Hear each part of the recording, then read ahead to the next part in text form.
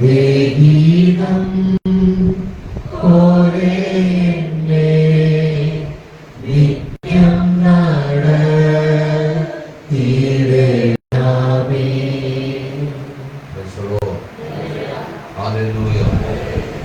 കർത്താവിന്റെ പൊതുനാമം മഹത്വപ്പെട്ടു. നല്ല വിശുദ്ധ ദിവസത്തിന്റെ പകൽക്കാലത്തെ ഓർത്ത് ദൈവത്തിന് നന്ദി പറയുന്ന ഒരു പ്രാവശ്യം കൂടെ നമുക്ക് കർത്താവിന്റെ സന്നിധിയിലായിരിക്കാൻ ദൈവം നിർമ്മിച്ചിരുന്നു. കടന്നിരിക്കുന്ന എല്ലാവരെയും ഓർത്ത് ദൈവത്തിന് നന്ദി പറയുന്നു. കർത്താവ് സമൃദ്ധമായിട്ട് അനുഗ്രഹിക്കട്ടെ. നമുക്കൊരു ധ്യാനിപ്പാൻ യോശുവയുടെ പുസ്തകം 3-ാം അധ്യായം അതിന്റെ 15-ാമത് വാക്യം വായിക്കാം. യോശുവയുടെ പുസ്തകം 3-ാം അധ്യായം 15-ാമത് വചനം. കൊയ്ത്തുകാലത്തൊക്കെ യോർദാൻ തീരമെല്ലാം കവിഞ്ഞൊഴുകും. പെട്ടെന്ന് ചുമന്ന പുരോഹിതന്മാരുടെ കാൽ വെള്ളത്തിന്റെ വക്കത്ത് മുങ്ങിയപ്പോൾ മേൽവെള്ളത്തിന്റെ ഒഴുക്ക് നിന്നു. പരിശുദ്ധനായ ദൈവമേ, സ്വർഗ്ഗസ്ഥ പിതാവേ, എല്ലാവർക്കും അല്പസമയമാക്കരങ്ങളും തോന്നുന്ന ദൈവത്തിന്റെ സ്തോത്രം പറയുന്നു. ഇന്ന് പകൽക്കാലങ്ങൾ ഒരുമിച്ച് അങ്ങയുടെ സന്നിധിയിൽ അടുത്ത് വരുമ്പോൾ ദൈവത്തിന്റെ പെട്ടകം ചുമക്കുന്ന പുരോഹിതന്മാരുടെ ഉള്ളങ്കാൽ വെള്ളത്തിന്റെ വാക്കത്തിൽ ചവിട്ടുമ്പോൾ കരകവിഞ്ഞൊഴുകുന്ന യോർദാന്റെ ഒഴുക്ക് നിൽക്കുന്നുവെങ്കിലും ഇന്ന് പകൽക്കാലം ദൈവത്തിന്റെ വചനത്തിന്റെ ശക്തി വെളിപ്പെടുമ്പോൾ നിങ്ങൾ തകർത്ത് കളയുവാൻ വെല്ലുവിളിച്ച് ഒഴുകി വരുന്ന ചില ഒഴുക്കുകളെ നിർത്തുവാൻ ദൈവത്തിന്റെ പരിശുദ്ധാത്മാവിന്റെ വലിയ സാന്നിധ്യം നമ്മുടെ മേൽ പകരപ്പെടുവാൻ എല്ലാ വായികളും തുറന്നു. കർത്താവ്, എനിക്കെതിരെ, എന്റെ കുടുംബത്തിനെതിരെ, എന്റെ തലമുറയ്ക്കെതിരെ ഒഴുകി വരുന്ന ചില മരണയോദ്ധാന്റെ ഒഴുക്കുകളെ മാറ്റുവാൻ ഇന്ന് പകൽക്കാലം എന്റെ ദൈവം ഞങ്ങൾക്ക് വേണ്ടി എഴുന്നേൽക്കണം. എത്ര പേർക്ക് പറയാൻ കഴിയും?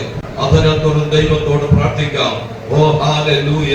ഈ ആരാധന മധ്യത്തിൽ ദൈവത്തിന്റെ സന്നിധി പ്രാർത്ഥിക്കുമ്പോൾ തന്നെ ചില മരണത്തിന്റെ ഒഴുക്കുകളെ മാറ്റി ദൈവത്തിന്റെ വിടുതലിന്റെ കരം വെളിപ്പെടുത്തുവാൻ എന്റെ ദൈവത്തിന് പദ്ധതിയുണ്ടെന്ന് പരിശുദ്ധാത്മാവ് ഓർപ്പിക്കുന്നു.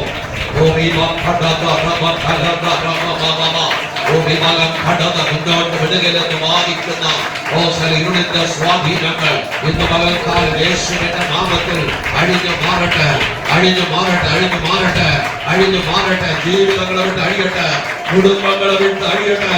ദൈവത്തിന്റെ മഹത്വം ഇന്ന് പകൽക്കാലം ശക്തിയോടെ വ്യാപരിക്കട്ടെ.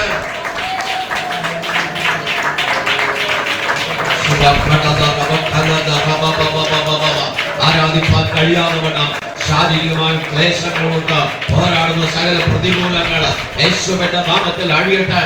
ഓ സ്വാതന്ത്ര്യത്തോടെ ദൈവത്തെ ആരാധിപ്പാൻ, സ്വാതന്ത്ര്യത്തോടെ ദൈവത്തെ മഹത്വപ്പെടുത്തുവാൻ ഞങ്ങളുടെ മേൽ പകരണമേ. അബ്രഹാം എന്ന പിതാവ് ഞങ്ങളോടൊപ്പം ദൈവത്തെ ആരാധിക്കുന്നു. ഇന്ന് പകൽക്കാലം വിടുതലിന്റെ കരം തന്റെ മേൽ വെക്കണത്. ആരാധനയിൽ മടങ്ങി പോകുമ്പോൾ സന്തോഷത്തോടെ മടങ്ങുവാൻ കർത്താവ് കൃപ ചെയ്യണം. കടന്നു വന്നിരിക്കുന്ന ഓരോരുത്തരെയും ദൈവം ബലപ്പെടുത്തി ശക്തീകരിക്കണം. യേശുവിന്റെ നാമത്തിൽ തന്നെ ആമേൻ. Hallelujah, hallelujah. ഒരു പ്രാവശ്യം കൂടെ വായിക്കാം. കൊയ്ത്തുകാലത്തൊക്കെ യോർദാൻ തീരമെല്ലാം കവിഞ്ഞൊഴുകും. പെട്ടകം ചുമന്നവർ പുരോഹിതന്മാരുടെ കാൽ വെള്ളത്തിന്റെ വക്കത്ത് മുങ്ങിയപ്പോൾ മേൽവെള്ളത്തിന്റെ ഒഴുക്ക് നിന്നു. ഇവിടെ കർത്താവ് വളരെ സുപരിചിതമായ ഒരു വേദഭാഗമാണ്. യഹോവയാം ദൈവം മിസ്രയീമിന്റെ അടിമത്ത് ഇസ്രായേലിനെ വിടുവിച്ച് പാലും തേനും ഒഴുകുന്ന സമൃദ്ധിയുള്ള കനാൻ ദേശത്തേക്ക് ഇസ്രായേലിനെ വഴി നടത്തുമ്പോൾ മോശയെ ദൈവം അതിനായിട്ട് നിയോഗിച്ചു.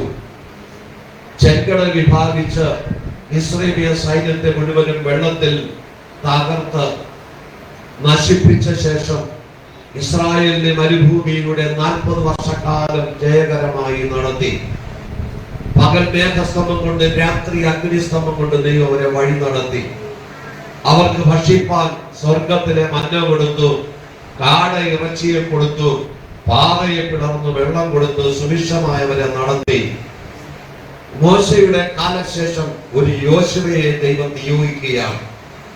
യോശുവയുടെ കാലഘട്ടമായപ്പോൾ, മോശയുടെ കാലഘട്ടത്തിൽ ചെങ്കടലാണ് പ്രതിസന്ധിയായിരുന്നുവെങ്കിൽ കരകവിഞ്ഞൊഴുകുന്ന യോർദാനാണ് യോശുവയുടെ കാലത്തിലെ പ്രതിസന്ധി. ദൈവം യോശുവയുടെ ഒരു വാഗ്ദത്തം പറഞ്ഞിട്ടുണ്ട്, നിന്റെ ജീവകാലത്ത് ഒരിക്കലും ഒരു മനുഷ്യനും നിനക്കെതിരെ നിൽക്കയില്ല, ഞാൻ മോശയോട് കൂടി ഇരുന്നതുപോലെ നിന്നോട് കൂടെ ഇരിക്കും. ഇന്ന് എന്നെ കേൾക്കുന്ന ദൈവമക്കളെ, നമ്മുടെ പിതാക്കന്മാരോട് കൂടെ ഇരുന്ന ദൈവം, ദൈവത്തിന്റെ ഭക്തന്മാരോട് കൂടെ ഇരുന്ന ദൈവം എന്നോട് കൂടെ ഉണ്ടെങ്കിൽ എന്റെ മുമ്പിൽ ഒരു പ്രതിസന്ധിക്ക് നിൽക്കാൻ കഴിയില്ല. ഹല്ലേലൂയ. ആവർത്തനം 31:8 പറയുന്നു, യഹോവ തന്നെ നിനക്ക് മുമ്പായി കടന്നു പോകും, അവൻ നിന്നോട് കൂടെ ഇരിക്കും, നിന്നെ കൈവിടുകയുമില്ല, ഉപേക്ഷിക്കുകയുമില്ല. നമ്മുടെ ദൈവം നമ്മെ കൈവിടുന്ന ദൈവമല്ല. ചെങ്കടലിന്റെ ആഴത്തിൽ നമ്മെ കൈവിടാത്തൊരു ദൈവം നമുക്കുണ്ട്. അത് യോർദാന്റെ കരകവിഞ്ഞൊഴുകുന്ന യോർദാന്റെ നടുവിലും നമ്മെ കൈവിടാത്ത ഒരു ദൈവം നമുക്കുണ്ട്. അതാണ് ഒരു ദൈവത്തിന്റെ ഏക പ്രത്യാശ. ഇന്ന് പകൽക്കാല പ്രത്യാശയുള്ളവരാരും ആദരം അടച്ച് മിണ്ടാതിരിക്കരുത്. ഇന്ന് മൗനമായിരിക്കേണ്ട ദിവസമല്ല, ഇന്ന് ദൈവസ്നേഹിച്ചത് പ്രാപിച്ചെടുക്കേണ്ട ദിവസമാണ്. ഹല്ലേലൂയ. സ്വർഗത്തിലെ ദൈവം നമുക്ക് വേണ്ടി അത്ഭുതങ്ങളെ പ്രവർത്തിപ്പാൻ ഒരുക്കമാണ്. ദൈവത്തിന് വേണ്ടി നിൽക്കുവാൻ നമ്മൾ തയ്യാറാകണം. വചനം കേട്ടുകൊണ്ടിരിക്കുമ്പോൾ ആരാണോ അത് ഏറ്റെടുക്കുന്നത് അവരുടെ ജീവിതത്തിലാണ് വിടുതൽ സംഭവം. നമ്മൾ കേട്ട സാക്ഷ്യം, ഒരു ചൊവ്വാഴ്ച ഉപവാസ പ്രാർത്ഥനയിൽ വളരെ കുറച്ചാളുകളെ ഉണ്ടായിരുന്നുള്ളൂ. ഞാൻ ഇങ്ങനെ ശാന്തമായി ദൈവവചനം പ്രസംഗിച്ചു കൊണ്ടിരിക്കുമ്പോൾ ആ അഞ്ജലി എന്ന മകൾ ആ ഒരു വചനം കേട്ടപ്പോൾ തന്നെ ശക്തമായ വചനം ഏറ്റെടുത്ത് ആരാധിച്ചു കൊണ്ടിരിക്കുമ്പോൾ ഞാൻ ആ മകളുടെ മേൽ കരം വെച്ച് പ്രാർത്ഥിച്ചു. അത് എത്ര മരുന്ന് കഴിച്ചിട്ടും അത് തൈറോയിഡ് 50-ന് താഴെ വരാതെ വർഷങ്ങളായിട്ട് ഇനി ചെയ്യാൻ ചികിത്സയൊന്നുമില്ല. അവരൊറ്റ ആ വചനം ഏറ്റെടുത്ത് ആരാധിച്ച് ആ സെക്കൻഡിൽ അത് തൊട്ടടുത്ത ദിവസം ടെസ്റ്റ് ചെയ്യുമ്പോൾ 1.7 അത് മരുന്നിന്റെ ശക്തി കൊണ്ടല്ല, വചനത്തിന്റെ ശക്തിയാണ്. ഇന്ന് പകൽക്കാലവും ആരൊക്കെ ഒരു വിടുതൽ ആഗ്രഹിച്ചാണ് ഇവിടെ ആയിരിക്കുന്നത്, ആ വചനത്തിന്റെ ശക്തി നിങ്ങളെ വിടുവിച്ചു പറഞ്ഞയക്കുവാൻ ശക്തിയുള്ളതാണ്. ദൈവത്തിന്റെ വചനം ജീവന് ചൈതന്യമുള്ളതാണ്. ആ വചനത്തിന്റെ ശക്തി ഇന്നും കുറവ് വന്നു പോയിട്ടില്ല. 2000 വർഷങ്ങൾക്ക് മുമ്പ് കടലിനെ ശാന്തമാക്കിയ, കാറ്റിനെ അടക്കിയ അതേ ദൈവവചനത്തിന്റെ ശക്തി ഇന്നും കുറവൊന്നു പോയിട്ടില്ല. എത്ര ഏറ്റെടുത്ത് ആരാധിക്കുവാൻ കഴിയും. ഇന്ന് പകൽ എന്നെ തകർത്ത് കളയുവാൻ, എന്റെ തലമുറയുടെ നന്മ കാണാതിരിക്കുവാൻ, ഓ ഹല്ലേലൂയ, എന്റെ സാമ്പത്തികമായ നന്മയെ ഒഴുക്കി കളയുന്ന, കരകവിഞ്ഞൊഴുകുന്ന യോർദാൻ പോലെ എന്നെ ഒഴുക്കി കളയുന്ന, വെല്ലുവിളിച്ചു നിൽക്കുന്ന സകല മരണ യോദ്ധാനെ ഇന്ന് പകൽക്കാലം വിഭാഗിച്ച് മുന്നേറുന്ന ദൈവം തന്റെ ശക്തിയെ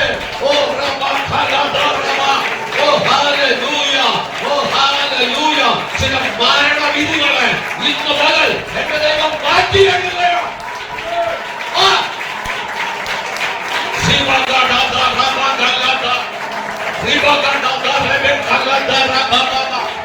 ദൈവം മഹത്വം ചലിക്കട്ടെ. ചില മരണവിധികളെ ഇന്ന് പകൽ ദൈവം മാറ്റിയെടുക്കുകയാണ്. ഓ ഹല്ലേലൂയ.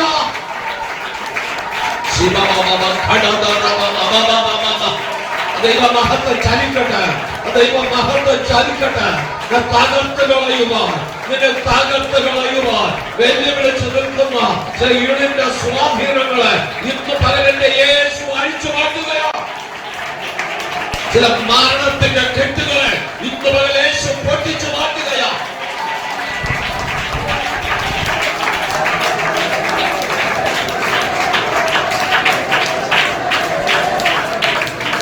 ഹല്ലേലൂയ. ദൈവത്തിന്റെ സന്നിധി പ്രാർത്ഥിക്കുന്ന ദൈവപൈതലേ, ഗിദെയോൻ വിളിച്ചു പറഞ്ഞു, ഗിലെയാദ് പർവ്വതത്തിൽ വെച്ച് ഭയവും ഭീതിയുമുള്ളവർ ഗിലെയാദ് പർവ്വതം വിട്ടുപോകട്ടെ. 32,000 പേരിൽ 20,000 പേർ വിട്ടുപോയി.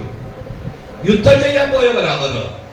പക്ഷെ ഗിദെയോനോട് ദൈവം പറഞ്ഞു, ഇത്രയും ആളുകളെ കൊണ്ട് യുദ്ധം ചെയ്താൽ എനിക്ക് മഹത്വം ലഭിക്കയില്ല. അതുകൊണ്ട് ഭയവും ഭീതിയുമുള്ളവരെ മടങ്ങിപ്പോകാൻ പറയാൻ. യുദ്ധം ചെയ്യാൻ ഇറങ്ങി തിരിച്ചിട്ടും ഭയത്തോടും ഭീതിയോടും ആയിരിക്കുന്നത്. രക്ഷിക്കപ്പെട്ട സ്നാനപ്പെട്ട ഒരു ദൈവപൈതലിന്റെ ജീവിതത്തിൽ മരണഭീതി നിലനിൽക്കുകയില്ല. ജീവിതത്തിൽ മരണഭീതി ഉണ്ടെങ്കിൽ ഈ ദൈവത്തിന്റെ കൃപയിലല്ല, വചനത്തിലല്ല, ദൈവത്തിന്റെ വചനത്തിൽ മുമ്പോട്ട് പോകുന്ന ഒരു ദൈവ പൈതലിന്റെ ഏക പ്രത്യാശ എപ്പോഴാണ് ആ കാഹള ശബ്ദം കേൾക്കുന്നത്? എന്റെ അപ്പന്റെ വീട്ടിലേക്ക് പോകാൻ. ആ ഒരു പ്രത്യാശ അകത്ത് വരുമ്പോൾ മരണഭീതി പുറത്തു പോകും. അതാണ് ഒരു ദൈവ പൈതലിന്റെ ഏക പ്രത്യാശ. ഈ ലോക ജീവിതത്തിൽ കഷ്ടതയും പട്ടിണിയും പ്രതിസന്ധികളും നിന്ദയും പരിഹാസവും ഒക്കെ ഉണ്ട്. പക്ഷെ അവിടെ തളർന്നു പോകുന്നതല്ല, ഈ ലോകത്തിൽ തകർന്നടിയുന്നതല്ല ഒരു ദൈവപൈതലിന്റെ ജീവിതം എന്ന് നമ്മൾ തിരിച്ചറിയണം. ശത്രുവിന്റെ ഇഷ്ടത്തിന് വിട്ടുകൊടുക്കാത്ത ഒരു ദൈവം നമുക്കുണ്ട്. യോശുവയുടെ പുസ്തകം 4:18. യഹോവയുടെ സാക്ഷ്യപ്പെട്ടങ്ങൾ ചുമക്കുന്ന പുരോഹിതന്മാർ യോർദാന്റെ നടുവിൽ നിന്ന് കയറി പുരോഹിതന്മാരുടെ ഉള്ളക്കാൽ കരയ്ക്ക് പൊക്കിവെച്ച ഉടനെ യോർദാനിലെ വെള്ളം വീണ്ടും അതിന്റെ സ്ഥലത്തേക്ക് വന്നു. യോർദാൻ ദൈവമക്കൾക്ക് മാത്രമാണ് യോർദാന്റെ ഒഴുക്കിനെ ദൈവം നിർത്തിയത്. ഇസ്രായേൽ മക്കൾക്ക് വാഗ്ദത്ത ദേശത്തെത്തണമെങ്കിൽ, ഞാൻ ഈ ഭാഗം ആദ്യം വായിച്ചപ്പോൾ കർത്താവിന്റെ പേർക്ക് ഇറങ്ങുന്നതിന് മുമ്പ് പാലും തേനും ഒഴുകുന്ന ദേശം ഇസ്രായേൽ മക്കൾ കൊടുക്കാമെന്ന് പറഞ്ഞു. ഞാൻ കരുതി അവിടെ പാലും തേനും ഇങ്ങനെ ഒഴുകി വരുന്ന സ്ഥലമായിരിക്കും. അത് സമൃദ്ധിയെയാണ് കാണിക്കുന്നത്. അവിടെ പാല് നദി പോലെ ഒഴുകുന്ന സ്ഥലമല്ല. പക്ഷെ കർത്താവ് പറഞ്ഞിട്ടുണ്ട്, പാറയിലെ തേൻ കൊണ്ട് ഞാൻ നിനക്ക് തൃപ്തി വരുത്തുമായിരുന്നു. എപ്പോ? നീ എന്റെ വചനപ്രകാരം നടന്നു. ദൈവ വചനപ്രകാരം നടക്കുന്ന ദൈവമക്കൾക്ക് ഏറ്റവും ശ്രേഷ്ഠമായ ദൈവം കൊടുക്കും. അതുകൊണ്ട് ആവർത്തന പുസ്തകത്തിൽ കർത്താവിനെ വ്യക്തമായി പറഞ്ഞിട്ടുണ്ട്. ആ ഭാഗത്തെ പോകാൻ ഞാൻ ആഗ്രഹിക്കുന്നില്ല. നീ മിസ്രൈമിലായിരുന്നപ്പോൾ കല്ലിനെ ഇരുമ്പാക്കി, കല്ലിനെ ഉടച്ച് നിരത്തി കൃഷി ചെയ്യണം. നിന്റെ കാല് കൊണ്ട് നനയ്ക്കണം, എങ്കിലേ അവിടെ വളരുകയുള്ളൂ. നീ ചെല്ലുവാൻ പോകുന്ന കനാൻ ദേശത്ത് മലകളും താഴ്വരകളും ഉള്ള സ്ഥലമാണ്. നീ ഒന്ന് നട്ടാൽ മതി, അത് തനിയെ കിളിർത്തു വരും. ഏദേൻ തോട്ടത്തിന്റെ സമൃദ്ധിയാണ് അവിടെ ഉള്ളതെന്ന് ദൈവം പഠിപ്പിക്കുന്നു. ഇവിടെ ദൈവത്തിന്റെ പെട്ടകം ചുമക്കുന്ന പുരോഹിതന്മാരുടെ ഉള്ളങ്കാൽ കരകവിഞ്ഞൊഴുകുന്ന യോർദാന്റെ വക്കത്ത് ചവിട്ടുമ്പോൾ കരകവിഞ്ഞൊഴുകുന്ന യോർദാന്റെ ഒഴുക്ക് നിന്നു. ഈ പുരോഹിതന്മാർക്ക് എന്താ പ്രത്യേകത?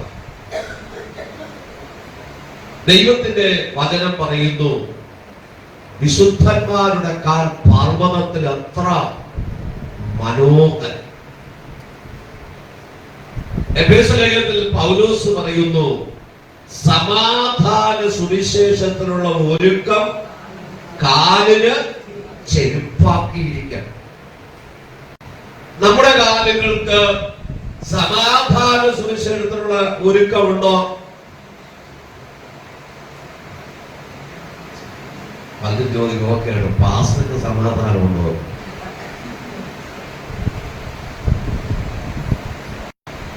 എന്റെ ജീവിതത്തിൽ സമാധാനത്തിന് കുറവില്ല. പക്ഷെ കൃത്യമായി കാര്യങ്ങൾ ചെയ്യാതിരിക്കുമ്പോൾ ചിലപ്പോൾ എനിക്ക് ദേഷ്യം വന്നേക്കാം. അതെന്റെ എനിക്ക് വേണ്ടിയിട്ടല്ല, നിങ്ങളുടെ നന്മയ്ക്ക് വേണ്ടിയിട്ടാണ്. കുഞ്ഞുങ്ങൾ സൺഡേ സ്കൂൾ പഠിക്കുന്നത് നിർബന്ധമുള്ളത് എനിക്ക് മാത്രമല്ല, നിങ്ങൾക്കും ആ ബോധ്യം ഉണ്ടാകണം. നമ്മുടെ കുഞ്ഞുങ്ങൾ വളരുമ്പോൾ വഴിതെറ്റിപ്പോയാൽ ആ പാസേജ് അച്ഛൻ പോയിട്ടാണ് എന്റെ തലമുറ വഴിതെറ്റിപ്പോയെന്ന് നാളെ പറയരുത്. അത് പറയാതിരിക്കണമെങ്കിൽ ബാല്യം മുതൽ വചനം പഠിപ്പിച്ച് കുഞ്ഞുങ്ങളെ വളർത്തണം. ബാലൻ നടക്കേണ്ടുന്ന വഴിയിൽ അവനെ അഭ്യസിപ്പിക്കുക. അവൻ വൃദ്ധനായാലും അത് വിട്ടുമാറുകയും. ദൈവവചനപ്രകാരം നമ്മുടെ കുഞ്ഞുങ്ങളെ വളർത്തുവാൻ. സൺഡേ സ്കൂളിൽ ഇരിക്കാത്ത കുട്ടികളെ എത്ര മാതാപിതാക്കളാണ് ആദ്യ ആഴ്ച ഒരു വചനമെങ്കിലും കാണാൻ പഠിപ്പിക്കുന്നത്? നമുക്ക് അത് നേരമുണ്ടോ? നേരമില്ല. സൺഡേ സ്കൂളിൽ ഒരു 3/4 മണിക്കൂർ കുഞ്ഞുങ്ങളെ ഇരുത്തി ക്ഷമയോടെ ഇവിടെ ഇരുന്ന് എന്റെ കുഞ്ഞ് സൺഡേ സ്കൂളിൽ വചനം പഠിക്കുന്നോ എന്ന് ശ്രദ്ധിക്കാൻ സമയമില്ലാത്ത മാതാപിതാക്കൾ വീട്ടിൽ പോയി എങ്ങനെ പഠിപ്പിക്കും? ഇല്ല, നമ്മൾ മടങ്ങി വരണം. എന്തുകൊണ്ട് എനിക്കതിലെ തലമുറകൾ യോർദാൻ കരകവിഞ്ഞൊഴുകുന്നത് പോലെ ഒഴുകുന്നു? എന്തുകൊണ്ട് ഞാൻ ആഗ്രഹിക്കുന്നതിൽ എനിക്ക് മുന്നോട്ട് പോകുവാനായിട്ട് കഴിയുന്നില്ല? 127 സംഘത്തിൽ പറയുന്നു, യൗവനത്തിലെ മക്കളെ കൊണ്ട് ആവമാഴിക നിറഞ്ഞിരിക്കുന്ന പുരുഷൻ ഭാഗ്യവാൻ. നഗരവാതിൽക്കൽ വെച്ച് ശത്രുക്കളോട് സംസാരിക്കുമ്പോൾ അങ്ങനെയുള്ളവർ ലജ്ജിച്ചു പോകയില്ല. നമ്മുടെ തലമുറകളെ കൊണ്ട് നാം ലജ്ജിച്ചു പോകാതിരിക്കണമെങ്കിൽ വചനപ്രകാരം തലമുറകളെ വളർത്തണം. ദൈവവചനം നമ്മുടെ ഹൃദയത്തിനകത്ത് സ്ഥാനമുണ്ടാകണം. ദൈവിക സമാധാനം നമ്മുടെ കാലിന് ചെരുപ്പായിരിക്കണം. പുരോഹിതന്മാർ ദൈവത്തിന്റെ പെട്ടകം ചുമന്നുകൊണ്ടു പോകുന്ന പുരോഹിതന്മാരുടെ ഉള്ളങ്കാൽ വെള്ളത്തിൽ ചവിട്ടുമ്പോൾ അത് മേലൊഴുക്ക് നിൽക്കുക. എന്നെ ദൈവമക്കളെ, പരിശുദ്ധാത്മാവിന്റെ കാര്യം ഓർപ്പിക്കുന്നു. ഈ പെട്ടകം ചുമന്ന പുരോഹിതന്മാർ മാത്രമാണോ കൂടെ നടക്കുന്നത്? അല്ല, 100 കണക്കിന് പുരോഹിതന്മാർ വേറെ ഉണ്ട്.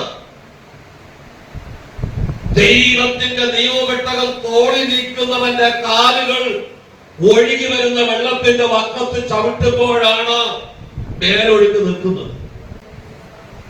100 കണക്കിന് പുരോഹിതന്മാർ വേറെ ഉണ്ട്. അവരുടെ കാലുകൾക്ക് നീന്താൻ ശക്തിയില്ലാഞ്ഞിട്ടാണോ? അവർ അശുദ്ധരായതുകൊണ്ടാണോ? ദൈവത്തിന്റെ സ്വന്തം വിരൽ കൊണ്ട് എഴുതിയ ദൈവത്തിന്റെ കൽപ്പനകൾ അടങ്ങിയ കൽപ്പനക ആ പെട്ടകത്തിനകത്ത് ചുമന്നുകൊണ്ട് കടന്നു പോകുമ്പോൾ ആ വചനത്തിന്റെ ശക്തിയാൽ ആ വെള്ളത്തിന്റെ ഒഴുക്ക് നിൽക്കും. ദൈവവചനത്തിന് ശക്തിയുണ്ടോ? ഇന്നും ദൈവവചനത്തിന്റെ ശക്തിക്ക് കുറവ് വന്നു പോയിട്ടില്ല. എന്തുകൊണ്ട് എന്റെ ജീവിതത്തിൽ അത് അനുഭവമാകുന്നില്ല? നമ്മൾ പലപ്പോഴും വചനത്തിന് പ്രാധാന്യം കൊടുക്കാറില്ല. ദൈവവചനത്തോടുള്ള നമ്മുടെ കടപ്പാട്, നമ്മൾ സംഘടനയിൽ കേട്ടതുപോലെ, ഞാൻ പരദേശിയായി പാർക്കുന്ന വീട്ടിൽ ദൈവത്തിന്റെ വചനമാണ് എന്റെ കീർത്തനം. ദൈവത്തിന്റെ വചനമാണോ എന്റെ കീർത്തനം? നമ്മുടെ നാട്ടിൽ എന്തൊക്കെയാ പുറത്തു വരുന്നത്? വചനത്തിന് വ്യവസ്ഥയില്ലാത്തത് പുറത്തു വരുന്നുവെങ്കിൽ അവിടെ ദൈവത്തിന് വസിപ്പാൻ കഴിയുകയില്ല. വചനം എന്റെ കീർത്തനമാകണം, എനിക്ക് ആനന്ദമാകണം, എനിക്ക് സന്തോഷമാകണം. ദൈവത്തിന്റെ പെട്ടകം ചുമക്കുന്ന പുരോഹിതന്മാരുടെ കാൽ വെള്ളത്തിന്റെ വക്കത്ത് ചവിട്ടുമ്പോൾ കരകവിഞ്ഞൊഴുകുന്ന യോർദാന്റെ ഒഴുക്ക് നിൽക്കുകയും ഇസ്രായേൽ മക്കൾ ഉണങ്ങിയ നിലത്തുകൂടെ അക്കരെ കടന്നു പോവുകയും ചെയ്യും. നദിയാണെങ്കിലും ഒഴുക്കുള്ള വെള്ളമാണെങ്കിലും അതിന്റെ അടിയിൽ ചെളിയുണ്ടാവും. പക്ഷെ ദൈവം ചെങ്കടലിന്റെയും ഉണങ്ങി നിലമുണ്ടാക്കി. തന്റെ മക്കൾക്ക് വേണ്ടി യോർദാനിലും ഉണങ്ങിയ നിലമുണ്ടാക്കി. ഈ നെയ്യാറിൽ ഒരിക്കൽ കുളിക്കാനായിട്ട് ഞങ്ങൾ സ്നേഹിതന്മാരായിട്ട് പോകുമ്പോൾ, അന്ന് കിഴാറ് പാലമായിട്ടില്ല, ആളുകൾ ഇങ്ങനെ നടന്നു പോകുന്നൊരു വഴിയുണ്ട്. ആ ഭാഗം നിറയെ കുളിച്ചോണ്ട് നിൽക്കുമ്പോ കുറെ ദൂരം നീന്തി അപ്പുറത്തോട്ട് പോയി നിന്നപ്പോ എന്റെ കാലിൽ ഏകദേശം ഒരടിയോളം ചെടിയിലാണ് എന്റെ കാല് ഉറഞ്ഞത്. നല്ല ഒഴുക്കുള്ള വെള്ളമുണ്ടെങ്കിലും ഈ ഒഴുകി പോകാതെ ആറ്റിന്റെ അകത്ത് ചെളി ഉണ്ടെന്ന് ഞാൻ മനസ്സിലാക്കി. യോർദാൻ കരകവിഞ്ഞൊഴുകുന്ന നദിയാണെങ്കിലും അതിന്റെ അകത്ത് ചെളി ഉണ്ടാകും. പക്ഷേ ദൈവം തന്റെ മക്കൾക്ക് വേണ്ടി വഴി തുറന്നപ്പോൾ വചനം പറയുന്നു, ഉണങ്ങിയ നിലത്തൂടെയാണ് തന്റെ മക്കൾ കടന്നുപോയത്. ദൈവത്തിന്റെ പെട്ടകം എന്റെ ചുമലിലുണ്ടോ? എന്റെ ജീവിതത്തിൽ ദൈവത്തിന്റെ വചനത്തിന് സ്ഥാനമുണ്ടോ? എന്റെ ഭവനത്തിനകത്ത് ദൈവവചനത്തിന് സ്ഥാനമുണ്ടോ? എന്റെ വചനം ജഡമായി തീർന്ന കർത്താവിന് എന്റെ ജീവിതത്തിൽ സ്ഥാനമുണ്ടോ? വചനം ജഡമായി തീർന്ന ക്രിസ്തുവിന് എന്റെ ഭവനത്തെ ഭരിക്കാൻ കഴിയുന്നുണ്ടോ? എന്തുകൊണ്ട് നമ്മൾ പലപ്പോഴും ദൈവത്തോട് ചോദിക്കുമ്പോൾ എന്തുകൊണ്ടെന്ന് ദൈവത്തിന്റെ വചനം മറുപടി പറയുന്നു. ദൈവത്തിനോ ദൈവവചനത്തിനോ നമ്മുടെ ഭവനത്തിനകത്ത് സ്ഥാനമില്ല. ആ ദൈവവചനത്തിന് പ്രാധാന്യം കൊടുക്കണം. ഇന്ന് പ്രഭാതത്തിൽ 5 വചനമെങ്കിലും ഉറക്കെ വായിച്ച് എത്ര പേരുണ്ട് ഇവിടെ? എന്തുകൊണ്ട് നമ്മൾ അനുഗ്രഹിക്കപ്പെടുന്നില്ല? ഭൗതികമായി നമുക്കെല്ലാം വേണം, അതാണ് നമ്മുടെ ആഗ്രഹം. കർത്താവിന്റെ വചനം പറയും, മുമ്പേ അവന്റെ രാജ്യവും നീതിയും അന്വേഷിപ്പീൻ, അതോടൊപ്പം സകലതും തരാമെന്നാണ്. 23-ാം സങ്കീർത്തനക്കാരൻ പറയുന്നു, യഹോവ എന്റെ ഇടയനായതുകൊണ്ട് നന്മയും കരുണയും എന്റെ ആയുഷ്കാലമൊക്കെയും എന്നെ പിന്തുടരും. ദൈവമക്കളെ, നാം ദൈവത്തോട് എത്രമാത്രം അടുത്തിരിക്കുന്നു, എത്രമാത്രം കടപ്പെട്ടിരിക്കുന്നു. ദൈവത്തിന്റെ സന്നിധിയിൽ അതെ നമ്മെ തകർത്ത് കളയുവാൻ, അനേകരെ ഒഴുക്കിക്കളഞ്ഞ യോർദാന്റെ നടുവിലൂടെ ഉണങ്ങിയ നിലമുണ്ടാക്കി അക്കരെ കടത്തുവാൻ എന്റെ ദൈവം സർവശക്തനാണ്. പലർക്കും തോന്നുമായിരിക്കും 2 മാസം കൊണ്ടേ ഞാൻ ഈ ഉപവാസ പ്രാർത്ഥനകളെ കുറിച്ചൊക്കെ പറയുന്നു. എന്താ അതിന്റെ പ്രത്യേകത? ഒരാളെങ്കിലും ആ വചനം കേട്ട് അനുഗ്രഹിക്കപ്പെട്ടാൽ അത് സഭയ്ക്കൊരു അനുഗ്രഹം. വെറുതെ വചനം കേൾക്കുകയല്ല, ജീവിതത്തിൽ പ്രാവർത്തികമാക്കുക. യോശുവയുടെ പുസ്തകം 4:14 വായിക്കാം. അന്ന് യഹോവ യോശുവയെ എല്ലാ ഇസ്രായേലിന്റെ മുമ്പാകെ വലിയവനാക്കി. യോശുവയെ കുറിച്ച് അവിടെ മാന്യതയൊന്നുമില്ല, മോശയെ കുറിച്ചാണ് മാന്യത. പക്ഷേ യോർദാൻ വിഭാഗിച്ചു കഴിഞ്ഞപ്പോൾ യോശുവയെ എല്ലാവരെക്കാളും മാന്യനാണ്. എന്റെ കുടുംബത്തിൽ നിനക്ക് മാന്യതയില്ലയോ? സമൂഹത്തിൽ നിനക്ക് മാന്യതയില്ലയോ? ദൈവത്തിന്റെ വചനം അനുസരിക്കാൻ തയ്യാറായാൽ ദേശത്ത് നിന്നെ മാന്യനാക്കി ദൈവം മാറ്റും. നിന്റെ പേര് പറഞ്ഞ ദേശം അറിയത്തക്കവണ്ണം ഇടയായി തീർക്കും. വചനം അത്രമാത്രം നിന്നെ ഉയർത്തുന്നത്. ദൈവവചനം നമുക്ക് മാന്യത നൽകുന്നതാണ്. 5-ാം വാക്യം. യഹോവ യോശുവയോട്, ഇന്ന് ഞാൻ ഇസ്രായേലിനെ നിങ്ങളിൽ നിന്ന് ഉരുട്ടിക്കളഞ്ഞിരിക്കുന്നു എന്ന് അരുളിച്ചെയ്തു. അതുകൊണ്ട് ആ സ്ഥലത്തിന് ഇന്നുവരെ ഗിൽഗാൽ ഉരുൾ എന്ന് പേർ പറയുന്നു. ദൈവം ഇസ്രായേലിൽ നിന്ന് നിന്ന ഉരുട്ടിക്കളഞ്ഞിരിക്കുന്നു, അതുകൊണ്ട് ഗിൽഗാൽ എന്ന് പേരിട്ടു. അടുത്ത വാക്യം. ഇസ്രായേൽ മക്കൾ ഗിൽഗാലിൽ പാളയമിറങ്ങി ആ മാസം 14-ാം തീയതി സന്ധ്യാസമയത്ത് യെരിഹോ സമഭൂമിയിൽ വെച്ച് പെസഹ കഴിച്ചു. നിന്ന ഉരുട്ടിക്കളഞ്ഞ സ്ഥലത്താണ് പാളയമിറങ്ങാൻ. നമ്മുടെ ഭവനത്തിനകത്ത് ലോകത്തിന്റെ നിന്ദയുണ്ടെങ്കിൽ, ദൈവനാമം നിന്ദിക്കപ്പെട്ട അനുഭവം ഉണ്ടെങ്കിൽ അതിനെ ഉരുട്ടിക്കളയാം. എങ്കിലേ അവിടെ പാളയമിറങ്ങിയ ദൈവമഹത്വം വെളിപ്പെടുക. യുദ്ധസന്നദ്ധരായി ഇസ്രായേലും ഗിൽഗാലിൽ പാളയമിറങ്ങുന്നതിന് മുമ്പ് ആ ദേശത്തിന്റെ നിന്ദയെ ദൈവം ഉരുട്ടിക്കളഞ്ഞു. നമ്മൾ സാക്ഷ്യം കേട്ടു, ഒരു കുടുംബത്തിന്റെ നിന്ദയെ ദൈവം മാറ്റിയത്. നമ്മെ പലതരത്തിൽ നിന്ദിക്കുന്ന ആളുകളുണ്ട്, അല്ലേ? എല്ലാം വിട്ടിറങ്ങിയിട്ട് എന്ത് കിട്ടിയെന്ന് ചോദിക്കുന്ന ആളുകൾ നടുവിലാണ് നമ്മൾ നിൽക്കുന്നത്. ആ നിന്ദയെ മാറ്റുവാൻ ഒരു അത്ഭുതം നമ്മുടെ ജീവിതത്തിൽ വേണം. എത്ര പേരാണ് ആഗ്രഹിക്കും ഇന്ന് പകൽ എന്റെ ജീവിതത്തിൽ അത്ഭുതം നടക്കുമെന്ന്? ആ വചനത്തിന് നമ്മൾ വിധേയപ്പെട്ടു കൊടുത്താൽ, ഇവിടെ പ്രസംഗത്തിന്റെ ശക്തി കൊണ്ടോ വാക്ചാതുര്യം കൊണ്ടല്ല, ഇവിടെ പ്രസംഗിക്കപ്പെടുന്ന ദൈവത്തിന്റെ വചനം ജീവനും ചൈതന്യമുള്ളതാണ്. അത് ഇരുവായുത്തലുള്ള ഏത് വാളിനേക്കാളും മൂർച്ചയുള്ളതാണ്. അത് പ്രാണനെയും ആത്മാവിനെയും സന്ധിമഞ്ജകളെയും വേർപിടിക്കുന്നത് തുടച്ചു ചെല്ലുന്നതാണ്. ആ ദൈവവചനത്തിന്റെ ശക്തി ആരൊക്കെ ഏറ്റെടുക്കുന്നുവോ അവിടെയെല്ലാം ജീവിതത്തിൽ അത്ഭുതങ്ങൾ നടന്നിരിക്കും. വചനത്തിന് ശക്തിയുണ്ട്. യോശുവ 3:13 വായിക്കാം. യഹോവയുടെ പെട്ടകം ചുമക്കുന്ന പുരോഹിതന്മാരുടെ ഉള്ളങ്ങൾ യോർദാനിലെ വെള്ളത്തിൽ ചതുക്കുമ്പോൾ ഉടനെ യോർദാനിലെ വെള്ളം രണ്ടായി പിരിഞ്ഞിട്ട് മേൽ നിന്ന് ഒഴുകുന്ന വെള്ളം ചിറ പോലെ നിൽക്കും. ദൈവത്തിന്റെ വാഗ്ദത്വമാണ്, ദൈവ കൽപ്പന പ്രകാരമാണ് ഈ പുരോഹിതന്മാർ ദൈവത്തിന്റെ പെട്ടകവുമായി മുമ്പിലേക്ക് ഇറങ്ങുന്നത്. ദൈവത്തിന്റെ ആലോചന കഴിഞ്ഞ ആഴ്ച നമ്മൾ ചിന്തിച്ചത് എന്താ? നമ്മുടെ കർത്താവ് ആലോചനയിൽ വലിയവനാണ്. ദൈവം കൽപ്പിച്ചിരിക്കുക പുരോഹിതന്മാർ പെട്ടകവുമായി ഇറങ്ങിയാൽ മതി.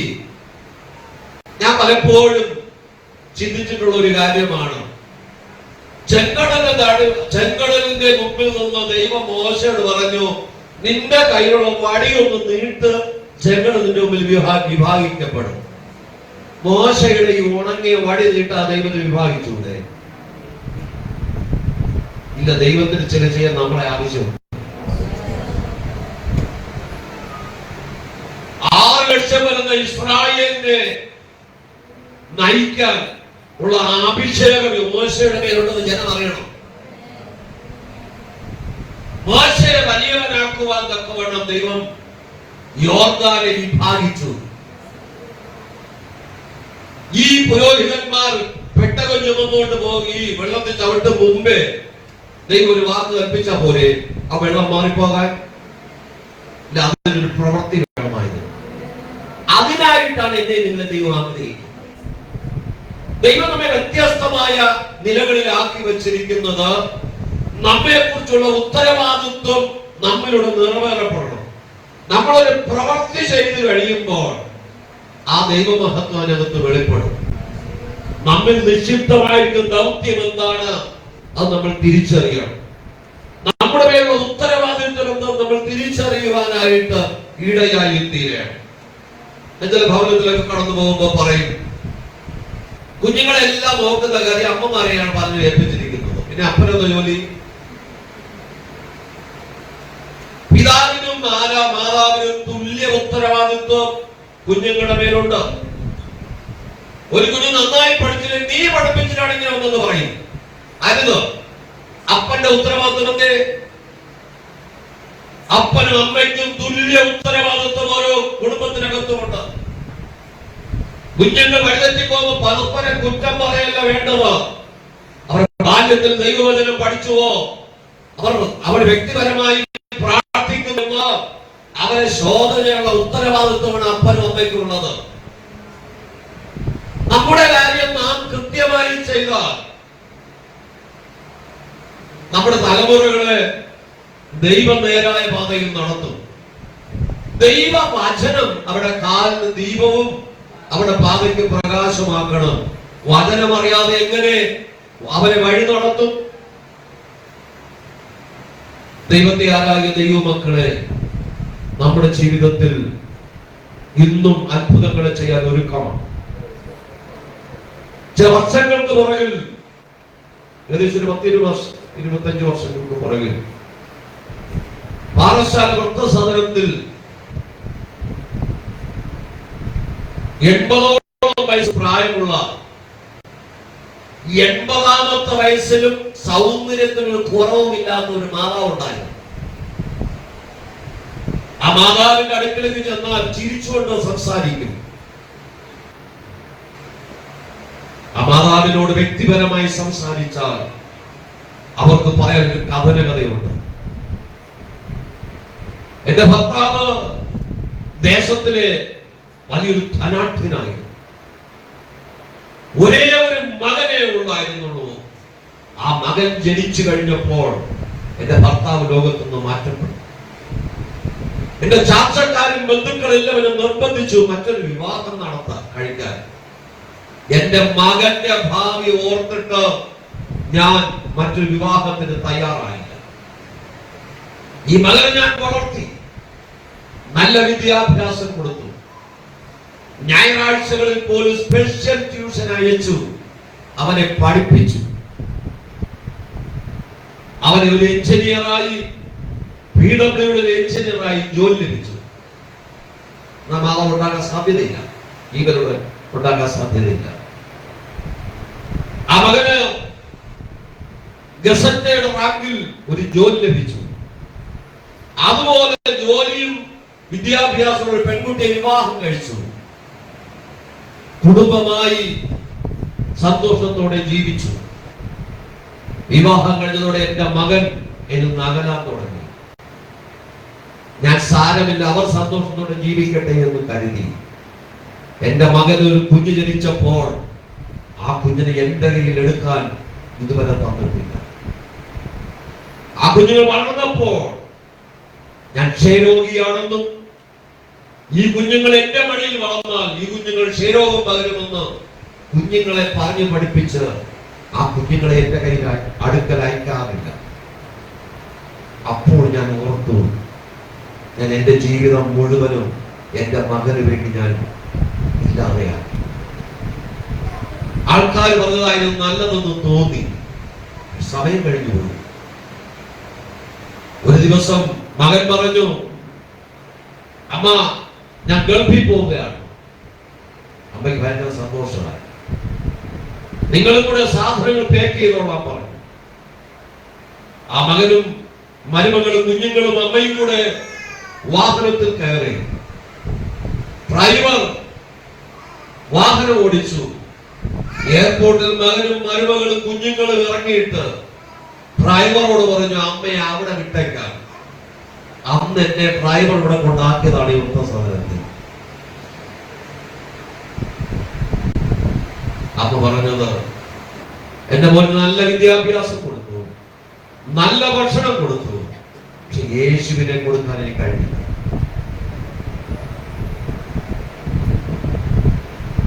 ഓരോ മാസവും ഒരു ചെറിയ തുക എന്റെ ചെലവിലൂടെ അയക്കാറുണ്ടായിരുന്നു ആദ്യ നാളുകളിൽ. ഇപ്പൊ വർഷങ്ങളായി ഒരു ഫോൺ കോൾ പോലും ഇല്ല. ഇവിടെ കിട്ടുന്ന സാധനങ്ങൾക്ക് പരിധിയുണ്ട്. വ്യക്തിപരമായ സോപ്പോ എണ്ണയോ മറ്റേതെങ്കിലും സാധനങ്ങൾ വേണമെങ്കിൽ കൂടെ പാർക്കുന്നവരുടെ ബന്ധുക്കൾ കൊണ്ടുവരുന്നത് ഉപയോഗിച്ചാണ് ഞാൻ ചിന്തിക്കുന്നത്. എന്നെ കേൾക്കുന്ന ദൈവമക്കളെ, നിങ്ങൾ ചിലപ്പോൾ തോന്നിയിരിക്കാം വിജയഭാസ് ഇങ്ങനെ എല്ലാ ഞായറാഴ്ചയും എഴുന്നേറ്റ് സണ്ടസ്കൂളിൽ പഠിപ്പിക്കണമെന്നും നിങ്ങളെ ചേർക്കണമെന്നും ദൈവഭയത്തെ കുഞ്ഞുങ്ങൾ വളർത്തണമെന്നും പറയുമ്പോൾ ചിലപ്പോൾ അലർജി ആയിരിക്കാം. നിങ്ങൾക്ക് എത്ര പ്രയാസം തോന്നിയാൽ എനിക്ക് ഒരു പ്രയാസവുമില്ല, അത് എന്റെ ഉത്തരവാദിത്വമാണ്. ഇതുപോലെ അനേകം മാതാപിതാക്കൾ വാർദ്ധക്യത്തിലാകുമ്പോൾ തിരിഞ്ഞു നോക്കാൻ ആളില്ലാതെ, ഒരു ഗ്ലാസ് വെള്ളം കൊടുക്കാൻ ആളില്ലാതെ കഷ്ടപ്പെടുന്ന ഇത്തിരി അനുഭവങ്ങൾ ഞാൻ കണ്ടിട്ടുണ്ട്. നമ്മെ ദൈവത്തെ ആരാധിക്കുന്ന കുടുംബത്തിലേക്ക് വരണമെന്നാണ് എന്റെ ആഗ്രഹം. അങ്ങനെ വരാതിരിക്കട്ടെ. വരാതിരിക്കണമെങ്കിൽ നമ്മുടെ തലമുറകളെ ദൈവ ഭയത്തിൽ വളർത്തണം. അവർക്ക് യേശുവിനെ കൊടുക്കണം. ലോകത്തിലെല്ലാം കൊടുക്കുന്നതിനേക്കാൾ. അമ്മ വാക്കുകൾ പറയുമ്പോൾ അവിടെ കണ്ണുനീരിങ്ങനെ ധാരധാരയായി ഒഴുകുകയാണ്. ഒരു ജീവിതം മുഴുവനും തന്റെ ഏക മകന് വേണ്ടി ചെലവഴിച്ചിട്ട് തന്റെ അത്യാവശ്യ കാര്യങ്ങൾക്ക് പോലും നിവർത്തിയില്ലാതെ വൃദ്ധസദനത്തിൽ കിട്ടുന്ന ആഹാരവും കഴിച്ച് കഴിയുന്നൊരമ്മ. എന്നെ കേൾക്കുന്ന ദൈവം പൈതലെ, ഇന്നും യേശുവിന് അത്ഭുതം ചെയ്യാൻ കഴിയും. ചെങ്കടൽ വിഭാഗിക്കാൻ യേശുവിന് കഴിയും. യോർദാൻ വിഭാഗിക്കാൻ യേശുവിന് കഴിയും. കുടുംബത്തിന് സ്ഥിതിക്ക് മാറ്റം വരുത്താൻ യേശുവിന് കഴിയും. എന്തേ എന്റെ പ്രാർത്ഥനയ്ക്ക് മറുപടി ലഭിക്കുന്നില്ല? ദൈവം കൽപ്പിക്കുന്നു, വെള്ളം ചിറ പോലെ നിൽക്കും. നിനക്കെതിരെ ഒഴുകുന്ന യോർദാന്റെ ചിറ പോലെ നിർത്തുവാൻ കഴിയുന്ന ഒരു ദൈവത്തെ നാം സേവിക്കുന്നത്. രക്ഷിപ്പാൻ കഴിയാതെ വേണം ദൈവത്തിന്റെ കരം കുറുകിപ്പോയിട്ടില്ല. കേൾപ്പാൻ കഴിയാതെ വേണം ദൈവത്തിന്റെ ചെവി മന്ദമായി പോയിട്ടുമില്ല. നമ്മുടെ കർത്താവിന്റെ സന്നിധിയിൽ നമ്മുടെ നിലവിളിയിൽ എത്തണം. 3-ാം അധ്യായം 16-ാം വാക്യം.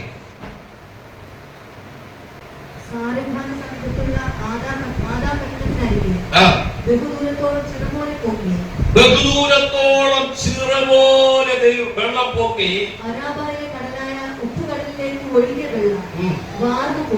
ഇന്ന് പകൽ ദൈവം ഒരു കാര്യം പറഞ്ഞാൽ അതുപോലെ സംഭവിക്കും.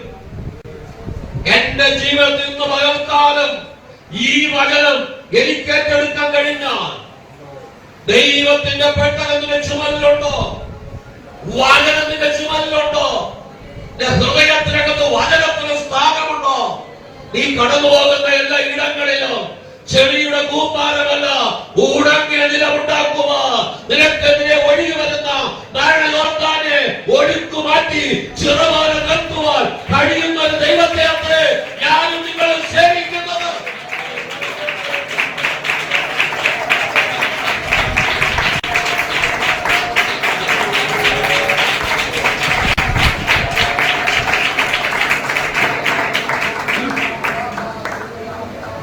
ഹല്ലേലൂയ.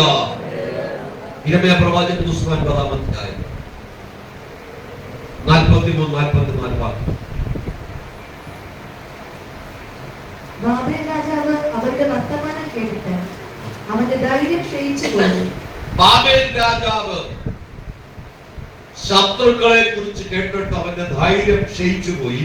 നോവിന്റെ സ്ത്രീയെ പോലെ അവനെ അതിവ്യസനവും വേദനയും പിടിച്ചു. യോർദാന്റെ വൻ കാട്ടിൽ നിന്ന് ഒരു സിംഹം എന്ന പോലെ അവൻ എപ്പോഴും പച്ചയായിരിക്കുന്ന മേച്ചൽ പുറങ്ങളിലേക്ക് കയറി വരുന്നു. ഞാൻ അവരെ പെട്ടെന്ന് അതിൽ നിന്ന് ഓടിച്ചു കളയും. ഇവിടെ ദൈവമക്കൾക്ക് ദൈവം ശക്തി നൽകിയ സിംഹം പോലെ കയറി വരുന്ന ചിലതിനെ ഓടിച്ചു കളയുവാൻ ദൈവം നമ്മെ ബലപ്പെടും. തകർത്ത് കളയാൻ നിൽക്കുന്ന ചിലതിനെ ജയിച്ചു മുന്നേറുവാൻ ദൈവത്തിന്റെ സന്നിധിയിൽ പ്രാർത്ഥനയോടെ മുന്നേറുവാൻ നമുക്ക് കഴിയണം. ദൈവത്തിന്റെ ബലം നമുക്ക് വേണം. 1 ദിനവൃത്താന്തങ്ങളുടെ പുസ്തകം 12-ാം അധ്യായം അതിന്റെ 15-ാമത് വാക്യം വായിക്കുമ്പോൾ 1 ദിനവൃത്താന്തങ്ങളുടെ പുസ്തകം 12-ാം അധ്യായം 15-ാമത് വാക്യം. അവർ 1-ാം മാസത്തിൽ യോർദാൻ കവിഞ്ഞൊഴുകുമ്പോൾ അതിനെ കടന്ന് താഴ്വര നിവാസികളെയൊക്കെ കിഴക്കോട്ടും പടിഞ്ഞാറോട്ടും ഓടിച്ചു. ദൈവം യോർദാൻ വിഭാഗിച്ച് അക്കരെ കടത്തിയപ്പോൾ അവിടെ ഒരു ദൗത്യം ഏൽപ്പിക്കുക. വെറുതെയല്ല യോർദാനിലൂടെ ഉണങ്ങിയ നിലത്തൂടെ അക്കരെ കടത്തിയത്. താഴ്വരകളിലാണ് നന്മ അനുഭവിക്കാൻ കഴിയാതെ അവകാശമാക്കി വെച്ചെങ്കിൽ ചിലതിനെ ഓടിച്ചു കളയാൻ കഴിയണം. ചില ചെറുകുറുക്കന്മാരെ ഓടിക്കുവാൻ ദൈവം നമ്മെ യോർദാൻ കടത്തി ഇക്കരെ കൊണ്ടുവന്നു.